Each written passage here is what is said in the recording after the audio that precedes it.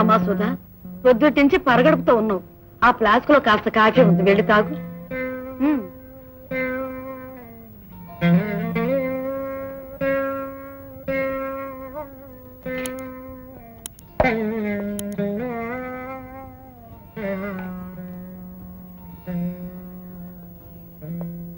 Sudha, coffee తీసుకురా. వస్తున్నానండి. కష్టాల్లో కూడా నాకు తోడుందనే తృప్తి ఉంటుంది. నువ్వు కూడా వెళ్ళి కాఫీ తెచ్చుకో.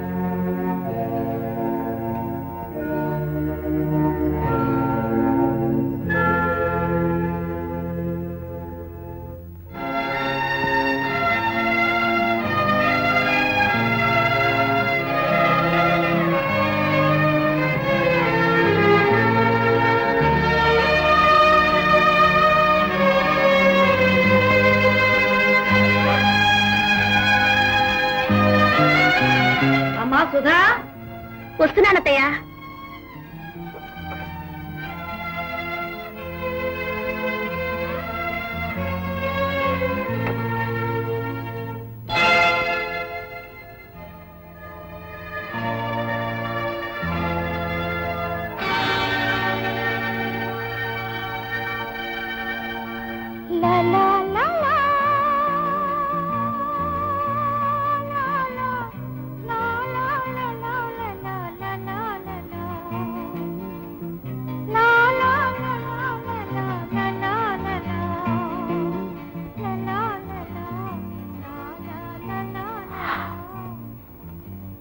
సుధా, ఈ దారిద్ర్యాన్ని మనం కోరి తెచ్చుకోలేదు, అయినా అనుభవించక తప్పటం లేదు. దీని నుంచి మనం దూరంగా పోవాలంటే ఒక్కటే మార్గం. నేను అప్పు చేయబోతున్నాను. మరేం కంగారు పడకు. ఖర్చు కోసం చేసేదైతే అప్పు అవుతుంది, సంపాదన కోసం చేసేదైతే పెట్టుబడి అవుతుంది. నీలాంటి వాళ్ళు డబ్బు ఎప్పుడు అడుగుతారా అని ఎదురు చూస్తుంటాం భాయ్. నీలాంటి నిజాయితీ పరులకు అప్పు ఇవ్వడం మాకు బడా ఖుషి. లేలో భాయ్, నీకే అడిగినా 10,000 ఇస్తాం. లేలో.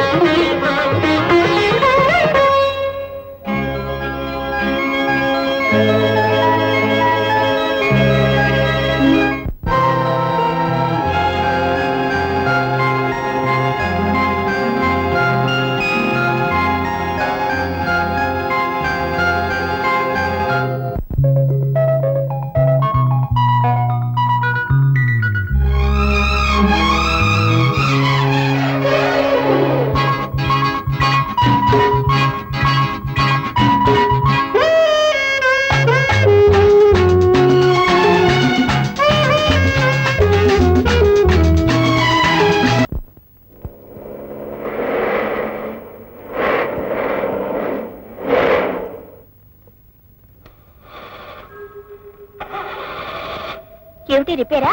ఏదో స్ట్రక్ అయినట్టుంది. ఎవరైనా తోస్తే సరిపోవచ్చు.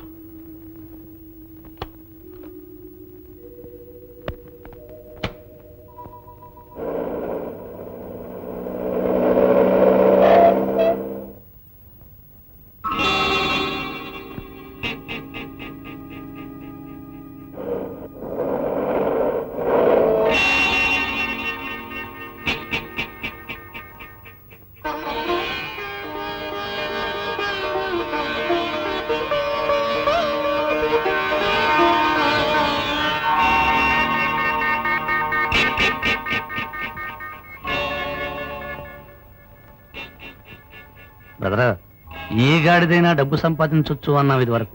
వెరీ గుడ్, మొత్తానికి ఆ విషయాన్ని నిరూపించామన్నమాట. ఇప్పుడు ఒప్పుకుంటున్నాను, ఏ గాడిదైనా డబ్బు సంపాదించవచ్చు అని. ఒక చిన్న విషయం, ఆ డబ్బుతో వచ్చే హోదా, ఆ డబ్బు వాడుకునే విధానం నీలాంటి నడవంతరపు సిరిగాళ్లకు తెలియదని నిరూపించావు. ఇదిగో, కారు కొనగానే సరిపోదు, అది ఆగిపోతే ఏం చేయాలో తెలుసుకో.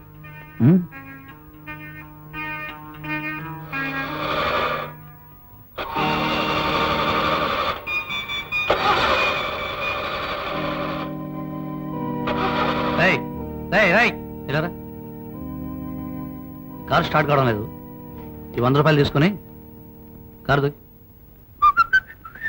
నానా నానా గోపి బాబు గారు. నమస్కారం గోపి బాబు. ఏ సుబ్బారావు బాగున్నావా? బాగున్నానండి. పిల్లలంతా పెద్దలేనట్టున్నారే. అవునండి. అమ్మ బాగుందా? మీ దయ వల్ల బాగానే ఉందండి. ఆహా. ఏమిటి బాబు కారు ఆగిపోయిందా? ఆ. పోయాలా? ఒరేయ్, పదండి. ఓ, పద. పోయిరా.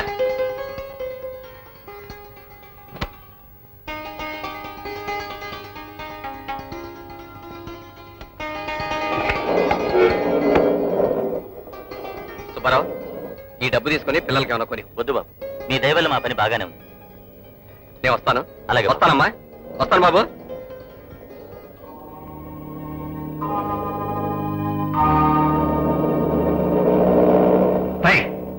ఇలా రా.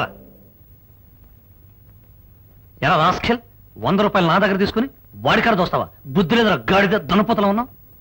బాబు 100 రూపాయలు ఇవ్వటం ద్వారా మా ఇంటి అని మీ నోటుకొచ్చి మాట్లాడే హక్కు మీకుంటే ఇదిగోండి మీ 100. నేను ఇస్తున్నాను 2 రూపాయలు. అనవయ్యా, పోరా నువ్వు అనవయ్యా. అవును బాబు, డబ్బు పారేసుకునే వాళ్ళు, నోరు పారేసుకునే వాళ్ళు తమకు తామే గొప్పవాళ్ళు అనుకుంటారు. కానీ వాళ్ళందరిలో లోకు అయిపోతారు బాబు. మీ డబ్బు నోరు మీ దగ్గర ఉంచుకోండి. రావయ్యా పోదాం.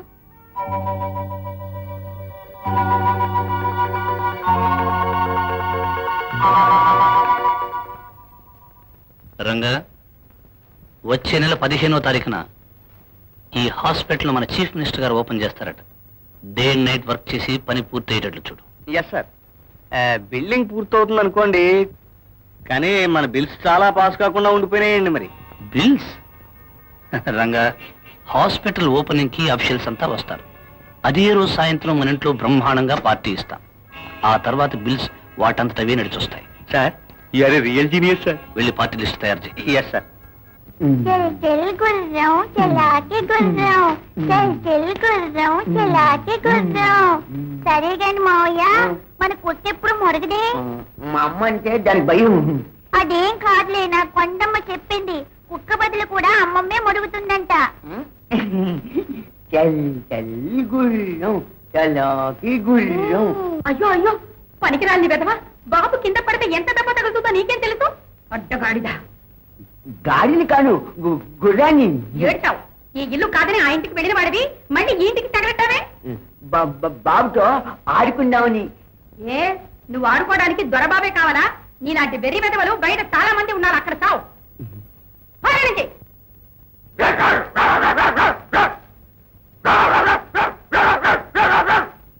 ఇంకా నిలబడ్డావే, పోమంటుంటే. చూడు బాబు, నువ్వు ఈ గాడిలతోనూ కుక్కలతోనూ ఆడుకోకూడదు. నువ్వు బంగారం లాంటి బిడ్డవి. అరే, నీ మెళ్ళ గొలిసేది ఏమో. బంగారం గొలుసు ఏమైపోయింది? బాబు గొలిసేదిరా? బాబు మెళ్ళ బంగారు గొలుసురా?